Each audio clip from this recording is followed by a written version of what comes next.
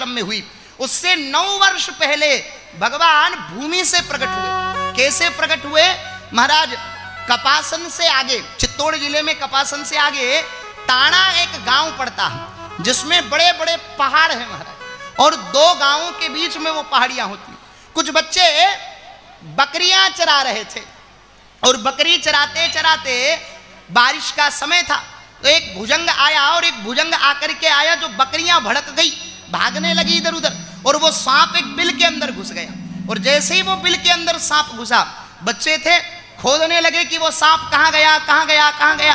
वो खोदते खोदते सांप तो नजर नहीं आया, और सांप मानो 16 उंगल भगवान बांके बिहारी के रूप में उस छतरी की डंडी में भगवान उलझ करके श्री कृष्ण कन्हैया लाल प्रकट हुए। बोलिए सांवलिया सेठ की, भगवान प्रकट हुए। अच्छा, आपने चौथे दिन की कथा सुनी होगी। ठाकुर जी के पहले अवतार किसका हुआ? बलराम जी का। तो बलराम जी शेष के अवतार है। मानो इसी प्रकार उस सर्प के रूप में भगवान बलभद्र प्रकट हुए और सांवलिया सेठ के रूप में स्वयं नारायण प्रकट हुए। और भगवान प्रकट होकर के अब 2 गांवों में विवाद हो गया। वो कहें कि मूर्ति हम रखेंगे, वो कहें मूर्ति हम रखेंगे, और विवाद इतना बड़ा कि महाराज लड़ाई तक आ गया। उस समय कपासन थाना लगता था, तो वहां के एसडीएम साहब मनोज जी तिवारी थे, और वो पहुंचे और उन्होंने कहा भैया देखो, जमीन से जो निकलता है वो सरकार का होता, अब धन निकलता तो सरकार के कोई काम आता, पर ये तो मूर्ति है। और ब्राह्मण थे तो उनको पता था कि मूर्ति खंडित नहीं है, स्थापित होगी, पूजन होगा। खंडित होती तो म्यूजियम में रख देते, लाइब्रेरी में महाराज, जहाँ म्यूजियम में पुराने पुरातत्व विभाग में जहाँ मूर्तियां रखी जाती वहां रख देते, पर मूर्ति तो साबुत है। और भगवान 16 उंगल के भगवान बांके बिहारी अनंत रूप से प्रकट हुए। बोले जो पहले मंदिर बना दोगे उनको मूर्ति सौंप देंगे। जेल में भगवान डबल लोक में बंद है। जो द्वापर युग में घटना घटित हुई वो कलिकाल में घटित हुई महाराज, जेल में भगवान बंद है।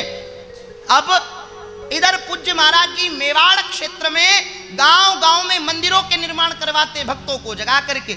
आप में से भी बहुत से जैसे ऐसे भक्त लोग होंगे जिनके गांव में पूज्य महाराज जी के द्वारा मंदिरों के स्थापना है, बहुत से भक्तों ने हाथ भी ऊंचे किए हैं।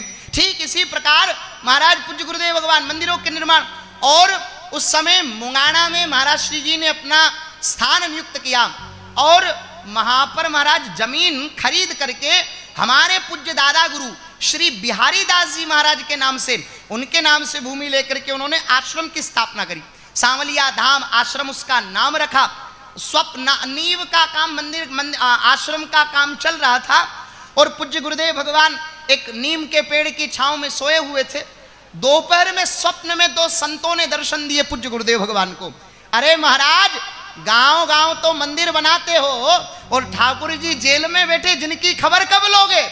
ये संकेत हुआ। पूज्य गुरुदेव भगवान ने महाराज आज एसडीएम साहब के पास अर्जी लगाई कि मूर्ति हमें दे दी जाए। स्वप्न में दर्शन हुआ, स्वप्न के आदेश हुआ कि मूर्ति यहीं पर विराजमान होगी। मंदिर में जहां भगवान विराजमान है ना, वहां पीछे कुआं है महाराज। वो कुएं में जैसे राजस्थान में बहुत सारी भाषा हमें तो इतनी आती नहीं है, वो महाराज छेरिया पाट दाबड़ा ऐसे होते हैं पुराने जमाने में, जहाँ महाराज चढ़स इत्यादि चलाई जाती थी।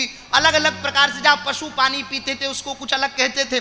तो भगवान स्वप्न में दर्शन दिए गुरुदेव भगवान को कि दाबड़े के किनारे पर हम बैठेंगे। तो मंदिर का निर्माण उसी कुएं के दाबड़े के यहाँ पर किया गया। समय जो भगवान ने बताया उस पर मंदिर का काम प्रारंभ हुआ। नीम शीम से मंदिर महाराज गुड़ घी से नीम भरी गई, मंदिर बनकर तैयार हुआ। पूज्य गुरुदेव भगवान ने अर्जी लगाई कि मूर्ति हमें मिल जाए, पर विवादित मामला था, तो 9 साल 9 महीने और 13 दिन तक विवाद चला। इतने वर्ष तक भगवान को जेल में रहना पड़ा। इधर पूज्य गुरुदेव भगवान को स्वप्न में दर्शन दिया, मुहूर्त बता दिए, मुहूर्त की तैयारी, मंदिर प्रतिष्ठा का आयोजन, काम चालू हो गया, यज्ञ प्रारंभ हो गया। बड़े बड़े जगत गुरु शंकराचार्य संत महापुरुष पधारने लगे। मुंगाड़ा गांव एक प्रकार से मानो कुंभ के मेले का त्रिवेणी संगम बन गया। अनंतता से साधु संत महाराज खूब लाखों की संख्या में पधारे, पर अभी तक भगवान नहीं आए। ठाकुर जी भी जेल में बैठे। अब संतों ने कहा महाराज इनके भरोसे बैठोगे तो हंसी हो जाएगी, वो नहीं आएंगे तो बिठाओगे किसको? इतने साधु संतों में आपकी महाराज हंसी होगी। गुरुदेव ने कहा मुझे हंसी का डर नहीं लगता, जिस प्रकार कलिकाल में नरसिंह मेहता की लाज रखी, ठीक इसी प्रकार मेरी लाज रखने के लिए भगवान को आना। मन से बातें करते थे भगवान साक्षात गुरुदेव से।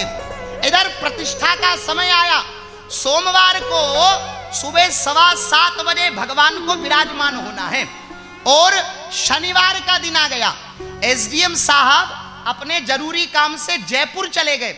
अब न्याय कौन करे, भगवान कैसे मिलेगा बताओ। सारी चर्चाएं विचार लोगों के मन में बड़ी बातें होने लगी, कानाफूसी होने लगी कि महाराज का दिमाग खराब है जो मूर्ति के पीछे बैठे हैं, और भगवान कहीं मिलने वाले, हंसी हो जाएगी, सब प्रकार की बातें कर रहे हैं। पर गुरुदेव का तो अटल विश्वास था।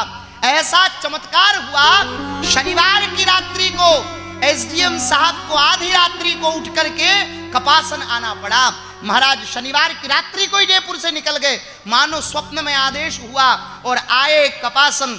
रविवार को प्रातः पूज्य गुरुदेव भगवान को संदेश भेजा कि आप पधारो और भगवान को ले जाओ। सरकारी छुट्टी होने के बावजूद भी कोर्ट खुली और न्याय हुआ, और फैसला पूज्य महाराज जी के हक में किया।